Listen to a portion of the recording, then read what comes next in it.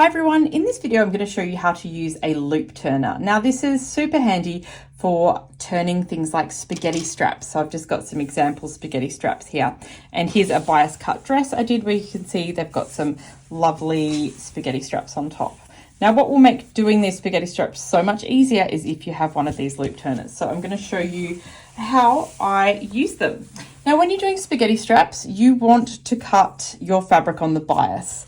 Now in order to do that, you need to cut the fabric on a 45-degree angle. So you can use a triangle rule like this and you get your 45 degrees, or you can just get the fabric and fold it up. Let me show you on a piece of calico what I mean. So say if we just have a piece of calico like that, as soon as we fold it, there is your 45 degrees and you can just cut strips this way. So that is a bias strip of fabric.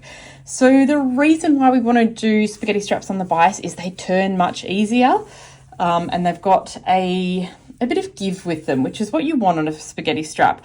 I don't know if you may have worn a dress that didn't have a spaghetti strap cut on the bias and it was cut in the straight grain, and I guarantee you it was falling off your shoulder all the time. So we want bias because it's got that nice little bit of stretch in it. See when I do that like that?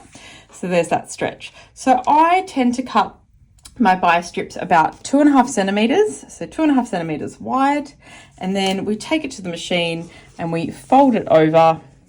So we fold it over in half, and then we would sew it down about 5 mil.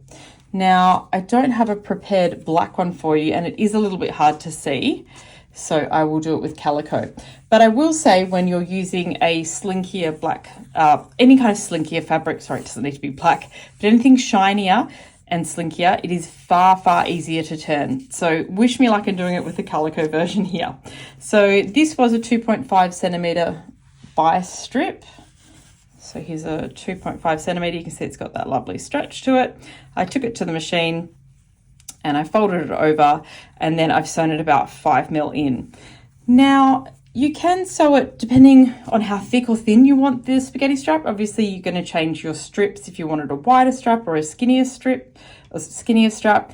But what I would just tell you to be cautious of is when you're sewing it, say if you sew it and there's a bit of extra fabric here, what you're turning through, you want what you're turning through to be smaller than what you're leaving on the excess. So I hope that makes sense, because the reason is it's not going to want to turn through if, say, your fabric on the outside is bigger, because you're trying to get all that fabric to fit inside of the loop.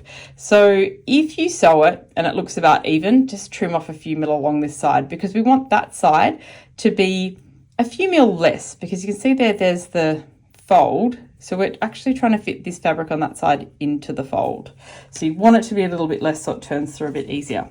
So the prep that you need to do to use these loop turners, and I feel like it's not explained in the instructions when you buy these, and this is why it's so important, is you take your scissors and there's that fold, and we're going to trim close to the top, probably like 1 centimeter, and we're going to trim in right up to the thread, but we're not going to trim through the thread. And see, you've got a nice little gap there now.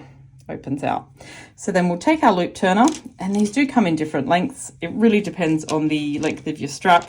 For generally like a shoulder strap, you're not going to need the gigantic one. I find just the normal one's fine, but this is obviously if you're doing much longer pieces of strap like this, or if you're doing it for like some real low and you're using it on the back of like a corset or something like that. And if you're doing really long strips, then sure, you'll probably need a longer one.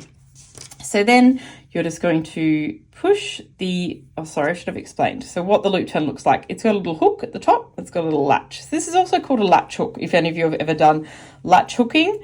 But yeah, exact same kind of, well, it's the exact same at the top. So it's got a hook and a latch, and that latch goes up. So doesn't really matter if it's up or down when you push it through the fabric, but we're going to push it through the folded side there. So we'll push it through, and you've got to get it past that little cut we made. Often it wants to poke out there, but let's just push it through. We're wanting it to come out the top. And then what we're wanting is for the hook to hook over the top of that fabric like that.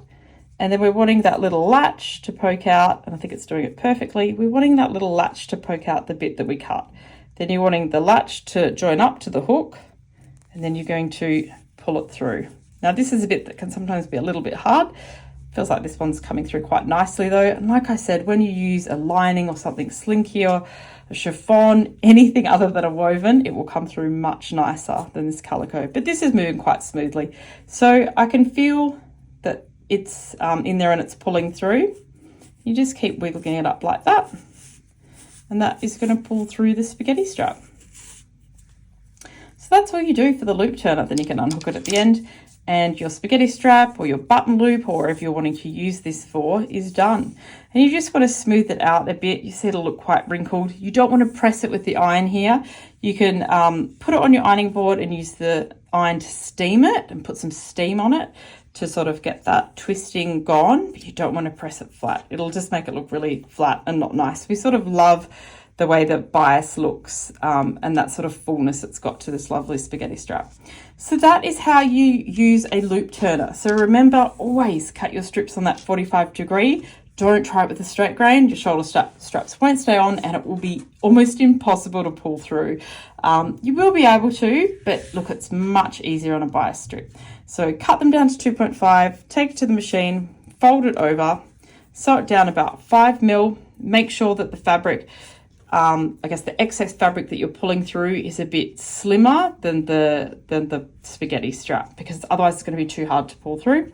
And then you put that latch hook, you put the hook up, hook it onto the top of the fabric. Don't forget to trim into that fabric. Then you're going to put the little latch through that trim of fabric, and then you just pull it through. It's quite simple to use once you know how to use it. So that is how to use a loop turner.